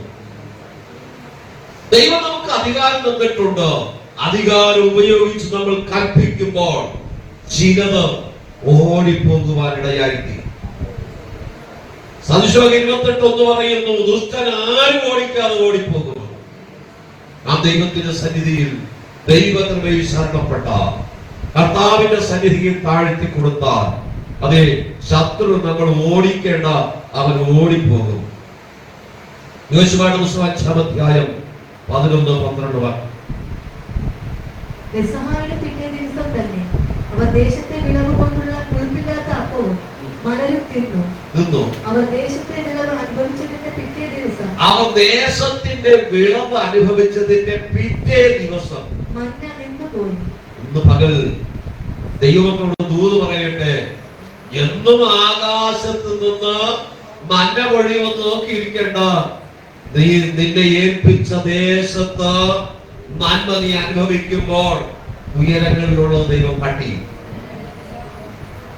രക്ഷിക്കപ്പെട്ട് സ്നാനപ്പെട്ട് ദൈവത്തെ ആരാധിക്കുന്ന ദൈവമക്കൾക്ക് ലോകത്തിന്റെ പല കാര്യങ്ങളും ലോകം കട്ടിയിരുന്നു. നിങ്ങൾ ശ്രദ്ധിച്ചിട്ടുണ്ടോ? ലോകക്കാർക്ക് ലഭിക്കുന്ന പലതും നമുക്ക് ലഭിക്കുന്നില്ല. എന്താ കാര്യം? നിനക്ക് സ്വർഗത്തിലെ മന്ന നൽകുന്നത് കൊണ്ടാണ്. അപ്പൊ ദൈവത്തെ ആരാധിക്കുന്ന ദൈവമക്കൾക്ക് ലോകം ഒരിക്കലും അനുകൂലമല്ല. പക്ഷെ ഇവിടെ കർത്താവിന്റെ വചനം പറയുന്നു, ദേശത്തിന്റെ വിളവ് അനുഭവിച്ചതിന്റെ പിറ്റേ ദിവസം മന്ന നിന്നുപോയി. ചിലത് നിൽക്കുന്നു എങ്കിൽ നമ്മെ സമൃദ്ധിയായി നടത്തുവാൻ ശ്രദ്ധിക്കണം. ദൈവവുമായുള്ള ബന്ധത്തിൽ നീ നിലനിന്നാൽ ഈ ലോകത്തിൽ എന്തെല്ലാം നിന്നുപോയാലും ഇതിനെ നടത്തുവാൻ ദൈവശക്തൻ. ലോകത്തിലേക്ക് നമ്മൾ ആശ്രയം വെച്ചാൽ നമ്മൾ തളർന്നു പോകും. ലോകത്തിലേക്ക് നോക്കിയാൽ നമുക്ക് ആത്മീകമായി ജീവിക്കാൻ കഴിയുകയില്ല. നമ്മൾ ആരുമായിട്ടും താരതമ്യപ്പെടുത്തരുതോ. താരതമ്യപ്പെടുത്തുന്നത് കർത്താവുമായിട്ട് മാത്രമേ താരതമ്യപ്പെടുത്താവൂ. ഒരു മനുഷ്യനുമായി നമ്മൾ താരതമ്യം ചെയ്താൽ നമ്മൾ വിശ്വാസത്തിൽ വീണുപോകും. നന്മ ചെയ്യുന്നവൻ ഒരുത്തൻ പോലും ഇല്ല എന്ന് വേദപുസ്തകം പഠിപ്പിക്കുമ്പോൾ നന്മയും കന്മയും നിന്റെ ആയുഷ്കാലമൊക്കെ നിന്നെ പിന്തുടരുമെന്ന് സങ്കീർത്തനക്കാരൻ പറയും. ഈ പകൽക്കാലം നമുക്ക് ദൈവസന്നിധിയിലേക്ക് അടുത്തു വരുവാൻ കഴിഞ്ഞാൽ യോശുവ 4-ാം അധ്യായം അതിന്റെ 3-ാമത് വാക്യം, യോർദ്ദാന്റെ നടുവിൽ പുരോഹിതന്മാരുടെ കാൽ ഉറച്ചു നിന്ന സ്ഥലത്ത് നിന്ന് 12 കല്ലെടുത്ത് കരയ്ക്ക് കൊണ്ടുവന്ന് ഈ രാത്രി നിങ്ങൾ പാർക്കുന്ന സ്ഥലത്ത് വെപ്പാൻ കൽപ്പിക്കും. ദൈവം ചെയ്യുന്ന ഓരോ കാര്യത്തിനും ഓരോ അടയാളം നമ്മൾ കണ്ടെത്തണം. ദൈവം ചെയ്യുന്ന അത്ഭുതങ്ങൾ മറന്നു പോകാതിരിക്കുവാൻ ചെങ്കടലിൽ വിഭാഗിച്ച് ഇസ്രായേലിനെ നടത്തിയപ്പോൾ ഫറവോനെയും അവന്റെ ഇരുമ്പ് രഥങ്ങളെയും കുതിരപ്പടയെയും മുഴുവൻ വെള്ളത്തിൽ മുക്കിച്ച കൊന്നു കളഞ്ഞു ദൈവം. അത് അവർക്ക് മറക്കാൻ കഴിയില്ല. മിസ്രൈമിന്റെ അടിമത്തിൽ നിന്ന് ദൈവം അവരെ വിടുവിച്ചപ്പോൾ മിസ്രൈമിലെ സകല കടിഞ്ഞൂലുകളെ ദൈവം സംഹരിച്ചു കളഞ്ഞു. ഇസ്രായേലിൽ ഒന്നിനെ പോലും ദൈവം കൊന്നില്ല. അത് മറക്കാൻ കഴിയില്ല ഇസ്രായേൽ. പക്ഷെ യോർദാൻ വിഭാഗിക്കുമ്പോൾ കുറെ കഴിയുമ്പോൾ ജനം മറന്നു പോകാതിരിക്കുവാൻ ദൈവം പറഞ്ഞു, പുരോഹിതന്മാരുടെ ഉള്ളങ്കാൽ ചവിട്ടി നിന്ന സ്ഥലത്ത് നിന്ന് 12 കല്ലുകൾ എടുത്ത് നിങ്ങളുടെ കൂടാരങ്ങളിൽ കൊണ്ടുവയ്ക്കണം. 12 വേദവസ്തു ഒരുപാട് സ്വാധീനമുണ്ട്. 12 അപ്പോസ്തലന്മാർ, യാക്കോബിന്റെ മക്കൾ 12 ഗോത്രങ്ങൾ, യേശു കർത്താവിൽ തിരഞ്ഞെടുത്ത ശിഷ്യന്മാർ 12 പേർ. അങ്ങനെ ഒരുപാട് 12കളുണ്ട്. അത് ചിന്തിപ്പാൻ ഇന്ന് ആഗ്രഹിക്കുന്നില്ല. പക്ഷെ ഇതെല്ലാം എന്റെ മനസ്സിൽ ഓടി വന്നു ഈ 12കളെ കുറിച്ച്. 12 കല്ല് 12 ഗോത്ര തലവന്മാർക്ക് കണക്കാക്കി. കനാൻ ദേശം ഒറ്റ നോക്കുവാൻ പറഞ്ഞയച്ചത് 12 പേരാണ്. പക്ഷെ അവർ 2ആയി തിരിഞ്ഞു. 10 പേരും 2 പേരുമായി തിരിഞ്ഞു. 10 പേരെ ദൈവം സംഹരിച്ചു കളഞ്ഞപ്പോൾ യോശുവയും കാലേബിൻ ദൈവം ജീവനോടെ ശേഷിപ്പിച്ചു. നമ്മളോടൊപ്പം വിശ്വാസത്തിൽ ഇറങ്ങി തിരിച്ച പലരും പിന്നെയും പുറകോട്ട് പോയപ്പോൾ അവിശ്വാസം നിലനിൽക്കുന്നുവെങ്കിൽ അത് ദൈവത്തിന്റെ കരുണയാണ്. നമുക്ക് പ്രശംസിക്കുവാൻ കർത്താവിന്റെ ക്രൂശിലല്ലാതെ മറ്റൊന്നുമില്ല. 12 കല്ലുകൾ എടുത്ത് വീട്ടിൽ കൊണ്ടുവന്ന് വെക്കുവാൻ കർത്താവ് പറഞ്ഞു. അടുത്ത വാക്യം കൂടെ വായിക്കാം. അങ്ങനെ യോശുവ ഇസ്രായേൽ മക്കളുടെ ഓരോ ഗോത്രത്തിൽ നിന്ന് ഓരോ ആൾവീതം നിയമിച്ചിരുന്ന 12 പേരെ വിളിച്ചു. യോശുവ അവരോട് പറഞ്ഞത്, യോർദാന്റെ നടുവിൽ നിങ്ങളുടെ ദൈവമായ യഹോവയുടെ പെട്ടകത്തിന് മുമ്പിൽ ചെന്ന് ഇസ്രായേൽ മക്കളുടെ ഗോത്രസംഖ്യയ്ക്ക് ഒത്തവണ്ണം നിങ്ങളിൽ ഓരോരുത്തർ ഓരോ കല്ല് ചുമലിൽ എടുക്കണം. ഇത് നിങ്ങളുടെ ഇടയിൽ ഒരു അടയാളമായിരിക്കണം. ഈ കല്ല് എന്തെന്ന് നിങ്ങളുടെ മക്കൾ വരുംകാലത്ത് ചോദിക്കുമ്പോൾ നിങ്ങളുടെ മക്കൾ നിങ്ങളോട് ചോദിക്കുമ്പോൾ യോർദാനിലെ വെള്ളം യഹോവയുടെ നിയമപ്പെട്ടകത്തിന് മുമ്പിൽ 2ആയി പിരിഞ്ഞത് നിമിത്തം തന്നെ എന്ന് അവരോട് പറയണം. നിങ്ങളുടെ തലമുറകളെ കാണിക്കാനാണ് ഈ കല്ല്. ഈ 12 കല്ലുകൾ നിങ്ങളുടെ വാസസ്ഥലത്ത് കൊണ്ടുവയ്ക്കണം. അടുത്ത തലമുറ ചോദിക്കും, എന്താ ഈ കല്ലെന്ന് ചോദിച്ചാൽ മരണയോർദാൻ വിഭാഗിച്ച് ഉണങ്ങിയ നിലത്തൂടെ നമ്മെ കടത്തി ദൈവം കടത്തി വിട്ടതിന് അടയാളമാണ് ഈ കല്ലെന്ന് പറയണം. വായിക്കാവുന്ന വാക്യം കൊണ്ട് അത് യോർദാനെ കടന്നപ്പോൾ യോർദാനിലെ വെള്ളം 2ആയി പിരിഞ്ഞത് കൊണ്ട് ഈ കല്ല് ഇസ്രായേൽ മക്കൾക്ക് എന്നേക്കും ജ്ഞാപകമായിരിക്കണം. യോശുവ കൽപ്പിച്ചതുപോലെ ഇസ്രായേൽ മക്കൾ ചെയ്തു. യഹോവ യോശുവയോട് കൽപ്പിച്ചതുപോലെ ഇസ്രായേൽ മക്കളുടെ ഗോത്രസംഖ്യയ്ക്ക് ഒത്തവണ്ണം 12 കല്ല് യോർദാന്റെ നടുവിൽ നിന്ന് എടുത്ത് തങ്ങൾ പാർത്ത സ്ഥലത്ത് കൊണ്ടുപോയി വച്ചു. യോർദാന്റെ നടുവിലും നിയമപ്പെട്ടകം ചുമന്ന പുരോഹിതന്മാരുടെ കാൽ നിന്ന സ്ഥലത്ത് യോർദാന്റെ നടുവിലും നിയമപ്പെട്ടകം ചുമന്ന പുരോഹിതന്മാർ നിന്ന സ്ഥലത്ത് യോശുവ 12 കല്ല് നാട്ടി. അവിടെയും 12 കല്ല് നാട്ടി. അവ ഇന്നുവരെ അവിടെ ഉണ്ട്. അത് ഇറങ്ങിപ്പോയിട്ടില്ല. യോർദാന്റെ കരകവിഞ്ഞൊഴുകുന്ന ഒഴുക്കിൽ യോശുവ നാട്ടിയ കല്ല് ഇറങ്ങിപ്പോയില്ല.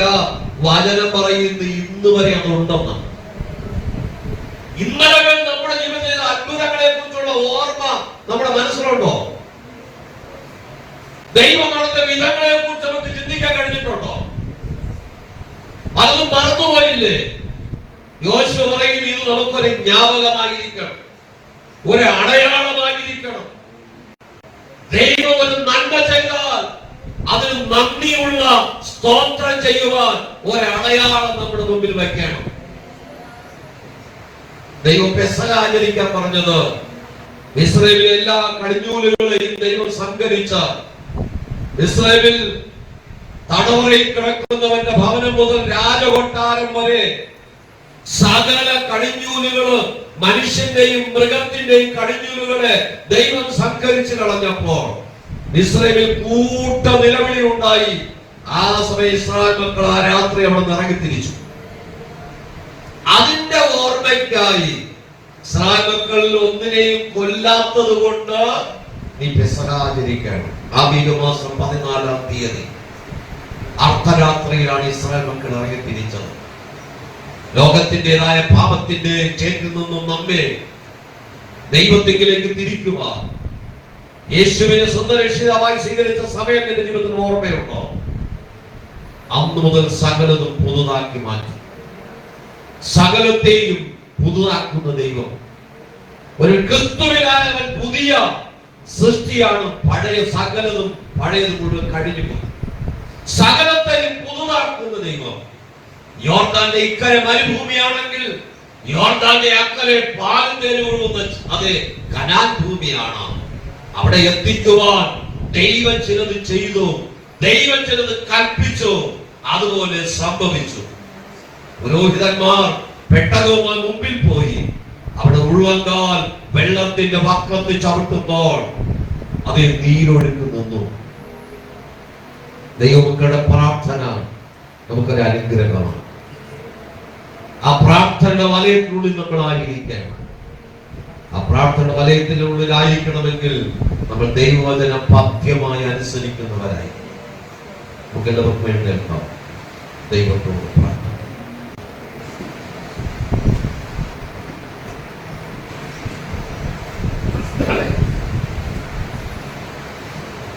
എല്ലാ കണ്ണുകളും പറയട്ടെ. ദൈവമുഖത്തേക്ക് നോക്കും. ഇന്നലെ ദൈവം നമ്മുടെ ജീവിതം ചെയ്ത അത്ഭുതങ്ങളെ ഒന്ന് മനസ്സിൽ ധ്യാനിക്കണം. എത്ര അത്ഭുതങ്ങളാണ്,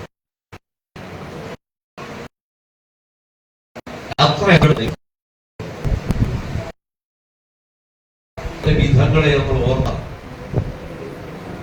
ദൈവത്തിന് നന്ദി പറയാതിരിക്കാൻ കഴിയും. എല്ലാം ഹൃദയത്തിൽ ഓർത്തേ.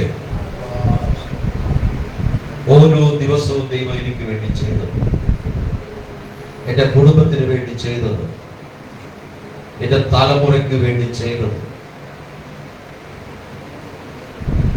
ദൈവത്തിന് നന്ദിയോടെ ഓർത്തേ. ആ ഹൃദയത്തിന്റെ ആഴങ്ങളിൽ നിന്നും ആ ഹൃദയത്തിൽ ദൈവം നൽകുന്ന ചിന്തകളെ ഓർത്ത് ആ ദൈവത്തിന് സ്തോത്രം പറയാം. അധരം തുറന്ന് ദൈവത്തിന് നന്ദി പറയാം. ഒരു നന്മയെങ്കിലും ചെയ്ത ദൈവം ചെയ്തിട്ടുണ്ടെങ്കിൽ ആ ദൈവത്തിന് നന്ദി പറഞ്ഞു തുടങ്ങി. ആ ശബ്ദമുണ്ട്. ഒരു നന്മയെങ്കിലും ചെയ്തിട്ടുള്ളവരുണ്ടെങ്കിൽ ആ ദൈവത്തിന് നന്ദി പറഞ്ഞ് ഇന്നത്തെ സ്ഥിതി നോക്കണ്ട. ചിലപ്പോൾ നീ കഷ്ടതയിലായിരിക്കാം, നിരാശയിലായിരിക്കാം, വേദനയിലായിരിക്കാം. ചെന്റെ ജീവിതത്തിൽ ഒരു നന്മയെങ്കിലും ദൈവം ചെയ്തിട്ടുണ്ടെങ്കിൽ അതിനെ ഓർത്ത് ദൈവത്തിന് നന്ദി പറഞ്ഞ് ആ പ്രാർത്ഥന ശബ്ദമുണ്ട്. ആ നന്ദിയുള്ളൊരു ഹൃദയം, അതാണ് ദൈവം ആഗ്രഹിക്കുന്നത്. എന്റെ മഹത്വം ഞാൻ മറ്റൊരുത്തനും വിട്ടുകൊടുക്കില്ലെന്ന്, എന്റെ സ്തുതി ഞാൻ മറ്റൊന്നിനും വിട്ടുകൊടുക്കില്ല ദൈവം കൽപ്പിക്കുന്നു. ആ ദൈവത്തെ സ്തുതിക്കുവാൻ, ഹൃദയത്തിന്റെ ആഴങ്ങളിൽ ആ ദൈവത്തിന് നന്ദി പറയുവാൻ. ഒരു തേങ്ങലാണോ നിന്റെ ജീവിതത്തിൽ വരുന്നത്? എത്ര നന്മകളാ ദൈവം ചെയ്യുന്നത്. തകർന്നു പോകുന്ന ലോകം വിധി എഴുതിയതല്ലേ? നിനക്കൊരു നന്മ ഉണ്ടാകുകയില്ലെന്ന് ലോകം വിധി എഴുതിയതല്ലേ? തകർന്നു പോകാൻ ദൈവത്തിന്റെ കരുണയല്ലേ? ദൈവസന്നിധി ഏറ്റു പറയാം. എപ്പോഴെങ്കിലും ദൈവത്തെ സ്തുതിപ്പാൻ കഴിയാതെ വന്നെങ്കിൽ ദൈവത്തോട് ഏറ്റു പറയാം. കർത്താവേ, അങ്ങ് ചെയ്ത നന്മകൾക്ക് നന്ദി പറയാൻ കഴിയാത്ത ജീവിതം എന്റെ ജീവിതത്തിൽ വന്നുപോയി. ദൈവത്തോട് ഏറ്റുപറഞ്ഞ അനുതാപത്തോടെ ഉറച്ച നിലവിളിയോടെ ആ ദൈവത്തിന്റെ സന്നിധിയിലേക്ക് അടുത്തു വരാം. ഹല്ലേലൂയ, ഹല്ലേലൂയ, ഹല്ലേലൂയ, ഹല്ലേലൂയ, ഹല്ലേലൂയ, ഹല്ലേലൂയ, ഹല്ലേലൂയ. ഒരു ദിവസം ഒന്ന് ഹൃദയത്തോട് സന്തോഷിച്ചാൽ അടുത്ത നിമിഷം ആ ദുഃഖം തീർന്നു, ആ സന്തോഷം തീർന്ന് ഈ ദുഃഖത്തിൽ ആഴുന്നുണ്ടോ? ദൈവത്തിന് നന്ദി പറഞ്ഞു. ദൈവം സ്തുതികളുമേൽ വസിക്കുന്ന ദൈവമാ. നിന്നെ നിരന്തരമായി നടത്തുക. നിനക്കൊരു ഓർമ്മ ദൈവം തരാൻ പോകുകയാ. ദൈവം ചെയ്ത നന്മകളെ ഓർക്കുക ഒരവസരം ദൈവം തരികയാ. ഇസ്രായേൽ മക്കളോട് ദൈവം പറഞ്ഞു, അത് ഈ കല്ലുകൾ കാണുമ്പോൾ നിന്റെ തലമുറകൾ ചോദിക്കും, എന്തിനാ ഈ കരിങ്കല്ല് ചുമന്നുകൊണ്ട് നടക്കുന്നത്? എന്തിനാ എന്റെ വീട്ടുമുറ്റത്ത് അതെ ആ കരിങ്കല്ല് നാട്ടിയിരിക്കുന്നത്? ഒരിക്കൽ അതെ അനേകരെ ഒഴുക്കിക്കളഞ്ഞ ആ മരണയോദ്ധാനെ ഒഴുക്ക് മാറ്റി മുടങ്ങിയ നിലമുണ്ടാക്കി നമ്മെ കടത്തിക്കൊണ്ടുവന്ന ആ ദൈവത്തെ കുറിച്ച് ഓർക്കുവാൻ അത്രേ ഇത്.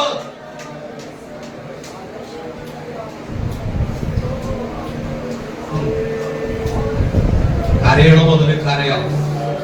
ദൈവസന്നിധിയാണ്. എന്റെ കർത്താവ് ഇവിടെ നടകൊള്ളുകയാണ്. ആ കർത്താവിന്റെ ശക്തമായ സാന്നിധ്യം ഇവിടെ ഉണ്ട്. ഓ ഹല്ലേലൂയ. ആ ദൈവ സാന്നിധ്യം ചിലർ അനുഭവിച്ചു കൊണ്ടിരിക്കുകയാണ്. ആ ദൈവ സാന്നിധ്യം ചിലർ തൊട്ടറിഞ്ഞുകൊണ്ടിരിക്കുകയാണ്. ആ ദൈവ സാന്നിധ്യം ആത്മാവിന്റെ അടുത്ത തലത്തിലേക്ക് നില നടത്തുവാൻ, ആ ദൈവത്തിന് നന്ദി പറയുക. ദൈവം ചെയ്ത നന്മകൾക്ക് നന്ദി പറയുക. ഒരു ആയുസ് മുഴുവൻ പോരാ എന്ന് പാട്ടുകാരൻ പറയുമ്പോ, നീ എന്തോ മറന്നുപോയില്ലേ? നീ എന്തോ എവിടെയൊക്കെയോ മറന്നുപോയില്ലേ? നീ ദൈവത്തെ മറന്നുപോയില്ലേ? ഇതുവരെ ദൈവമാണെന്ന് നടത്തിയത് ഓർക്കാൻ കഴിഞ്ഞിട്ടുണ്ടോ? ദൈവത്തെ പലപ്പോൾ നീ പുറകിൽ എറിഞ്ഞു കളഞ്ഞിട്ട് നിന്റെ ബുദ്ധിയിൽ ആശ്രയം വെച്ചു പോയത്, നിന്റെ കഴിവിൽ ആശ്രയം വെച്ചത്. നീ ഏറ്റുപറ ദൈവത്തോട്.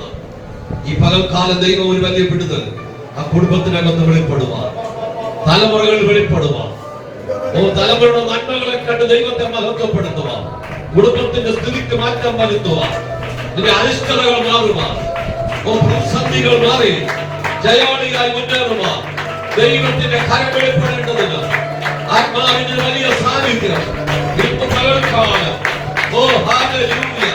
ഒരു ചെറിയ മന്ദമാനവൻ അടിക്കുന്നത് പോലെ പരിശുദ്ധാത്മാവിന്റെ വലിയ സാന്നിധ്യം നമ്മുടെ നടുവിലോ നമ്മുടെ നടുവിൽ ഒഴുകി വരികയാണ്. ഒരു മഞ്ഞ് നദി ഒഴുകി വരുന്നത് പോലെ, ഒരു മഞ്ഞുമല ഒഴുകി വരുന്നത് പോലെ ആ ദൈവത്തിന്റെ സാന്നിധ്യം ചില വിടുവിച്ചുകൊണ്ടിരിക്കുകയാണ്. ഇന്ന് പകൽക്കാലം ആത്മാവിന്റെ അടുത്ത തലത്തിലേക്ക് മുട്ടോളമല്ല അരയോളമല്ല നീന്തിയിട്ടല്ലാതെ കടപ്പാൻ കഴിയാത്തവണ്ണം ഒരാത്മതലത്തിലേക്ക്, ഒരാത്മതലത്തിലേക്ക്, ഒരു അഭിഷേകത്തിന്റെ നിറവിലേക്ക്, ആത്മാവിന്റെ ശക്തിയിലേക്ക് തകർന്നു പോകുന്നു. ഇന്ന് പകൽ ചില അന്യായ ബന്ധനങ്ങൾ അഴിഞ്ഞു മാറിക്കൊണ്ടിരിക്കുകയാണ്.